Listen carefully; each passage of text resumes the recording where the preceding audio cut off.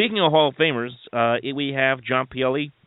Of course, he writes for Baseball Central, and of course has his own program, which you can listen to on his website. Of course, the Past Bowl Show, a terrific show that really covers a lot of great history in baseball. John, how you doing?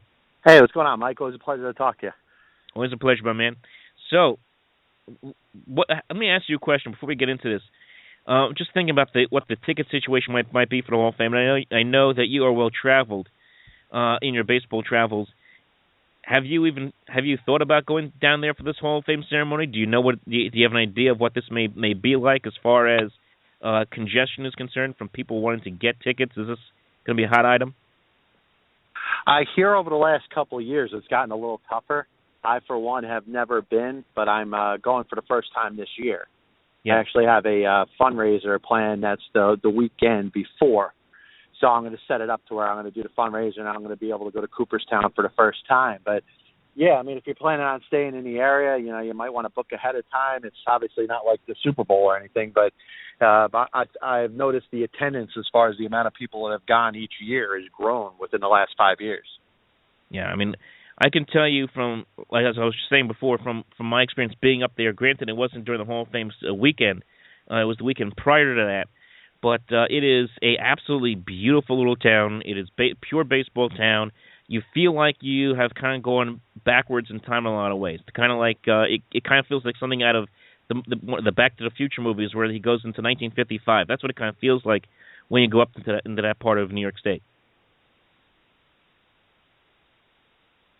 John? Absolutely, Mike. It's something that's something that's great to check as far as scenery in regards, like you just said, a lot of good things around there. But a historian like myself, it's probably injustice that I haven't been down there to see it in person.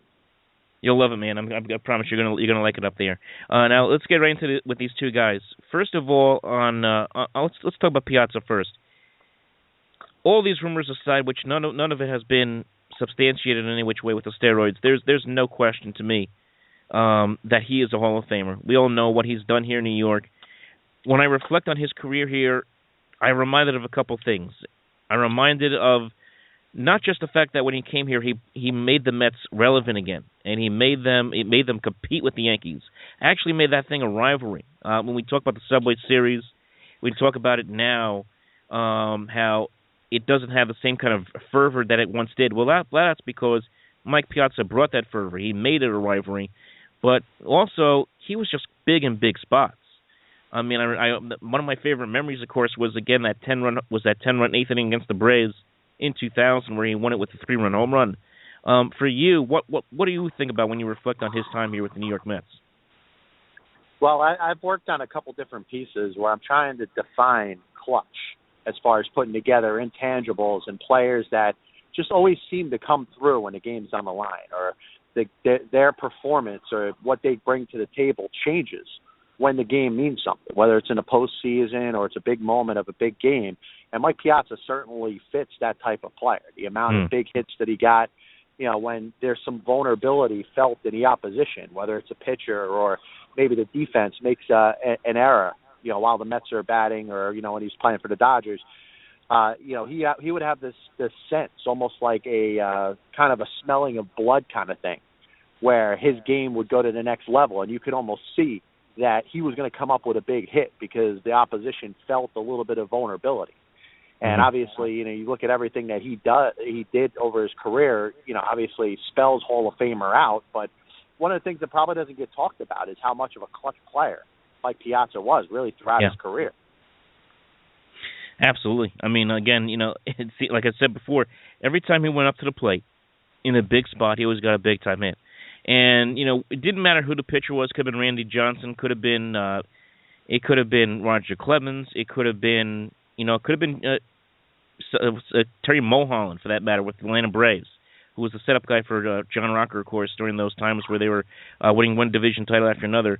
He always seemed to come up there and get a big hit in a big spot. Wasn't always a home run, but it was always something that would at least lead to an RBI, maybe drive in an RBI. And, not only that, but he was a power hitter that was so unusual, because when we think power hitters, John, we think of guys who are going to be free-swinging, strike out a zillion times, and never get on base.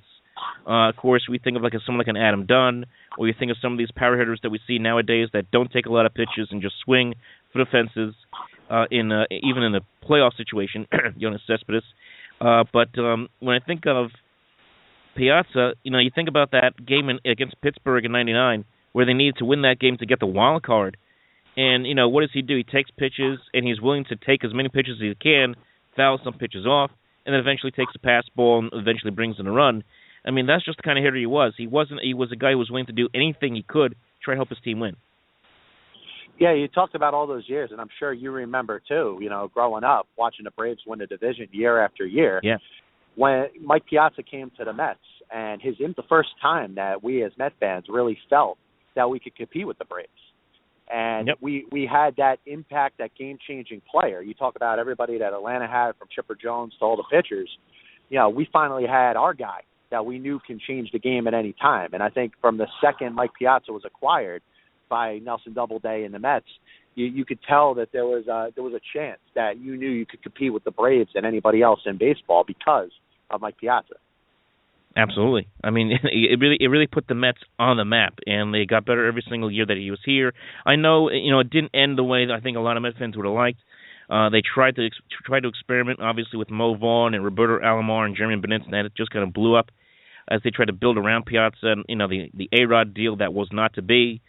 But still, it was really a changing of the guard, because the Mets had been really irrelevant in New York City, not just in baseball, but in New York City. No one cared about the Mets, after 1988. And, of course, when they started to break apart that team and you started to see the resurgence of the Yankees, the Mets kind of became an afterthought.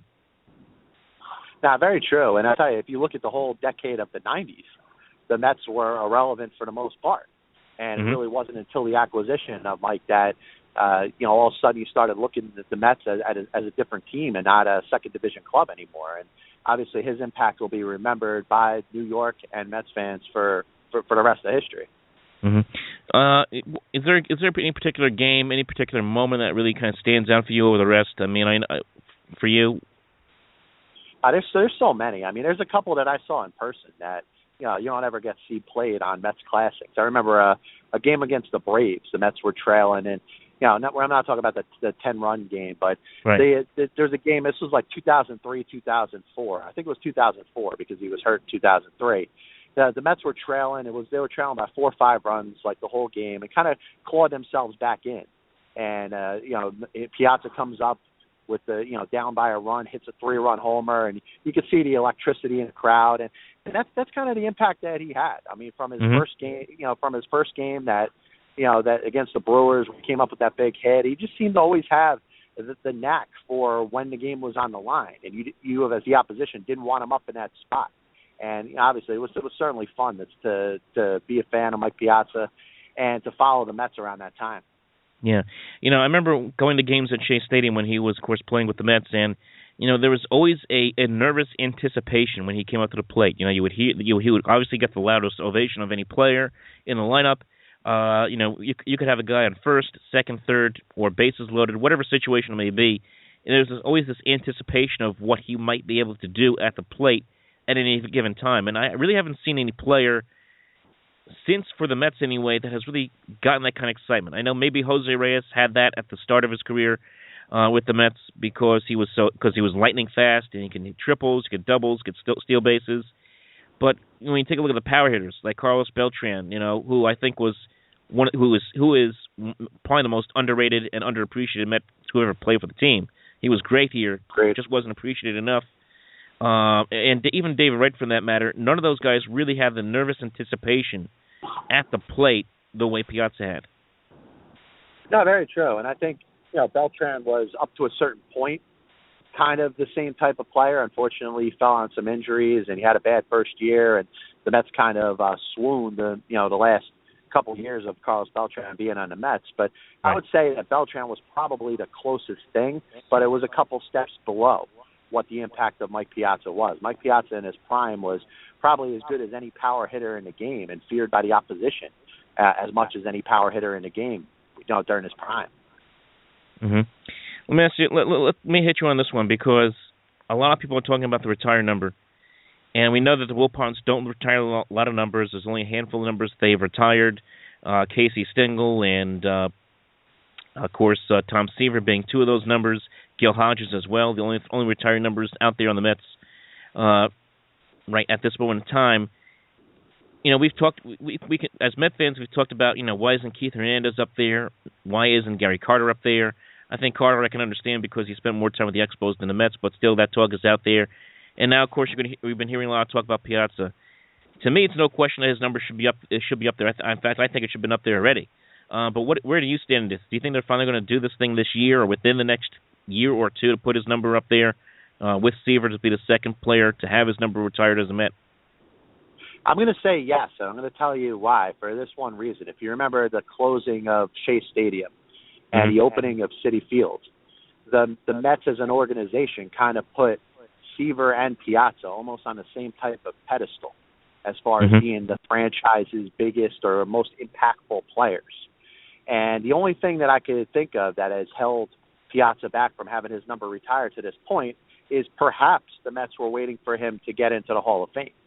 And I actually have heard through a couple different people, Adam Rubin has spoken about it, a couple other people that follow the Mets on a regular basis are getting the impression that the Mets are at least discussing it, that hopefully sometime in 2016 we'll have a ceremony and Mike Piazza will finally get his number retired.